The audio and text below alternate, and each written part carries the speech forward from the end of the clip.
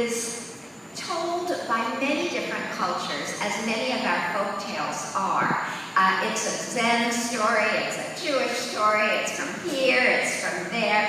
Everybody tells some of the greatest stories of our people and of our civilization.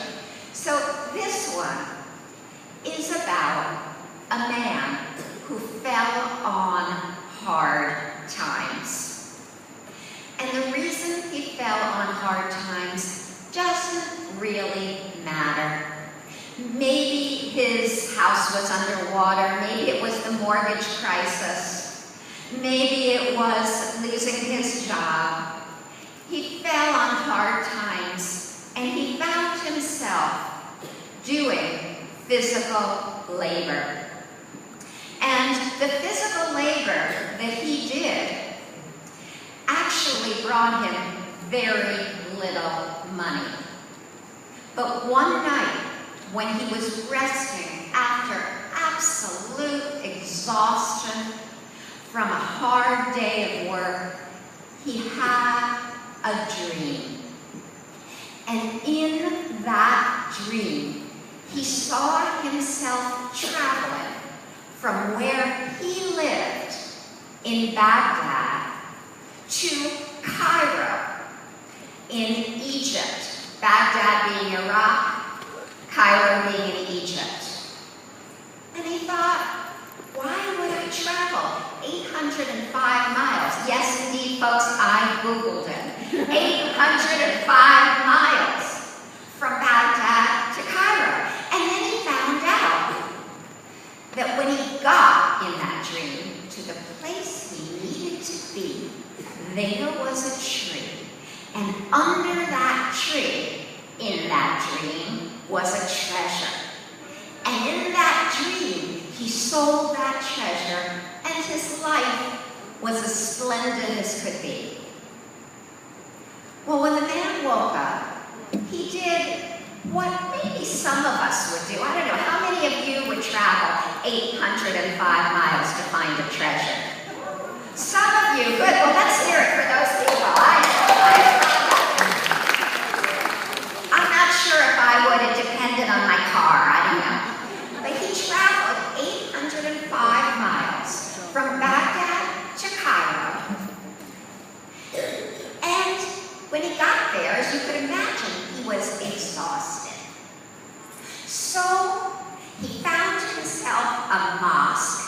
In the Arabian Nights version, it was a mosque. He found himself a mosque, and he lay down and took a snooze. Well, unbeknownst to him, there were thieves in that mosque who were tunneling to get into the house next door. They wanted to rob the house. The chief of police found out about it, brought his whole squad, and the thieves got away. Because thieves do that. They just know how to get away when police are coming. You know, if you're not a professional, you shouldn't do a professional's job. So the thieves ran away, and who was caught? That guy, yeah. There's only one person left on the story, so it was a good guess. That guy was caught. He was dragged to the police station, and he kept saying, I'm innocent, I had nothing to do with the break-in. Well then, said the police chief, what were you doing in that mosque?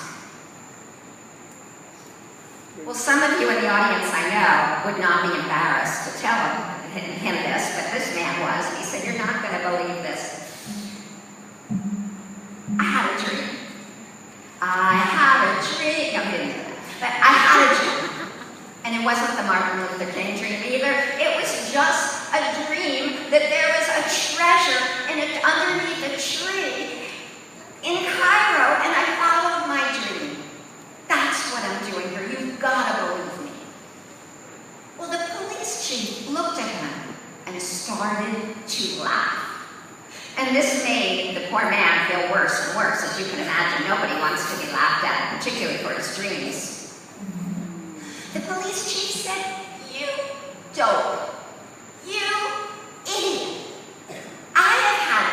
like that.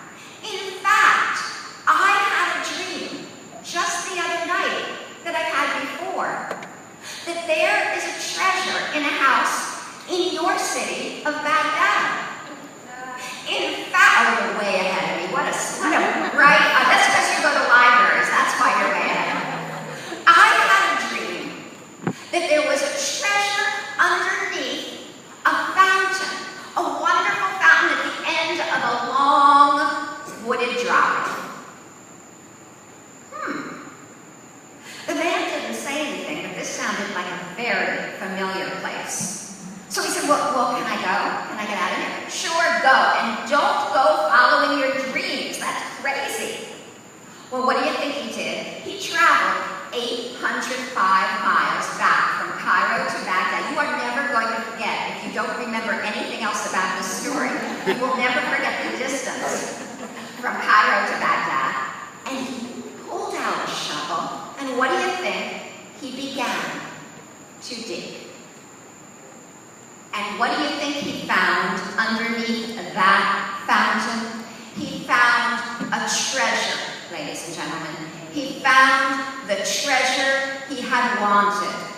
And he lived in peace and happiness and affluence for the rest of his life.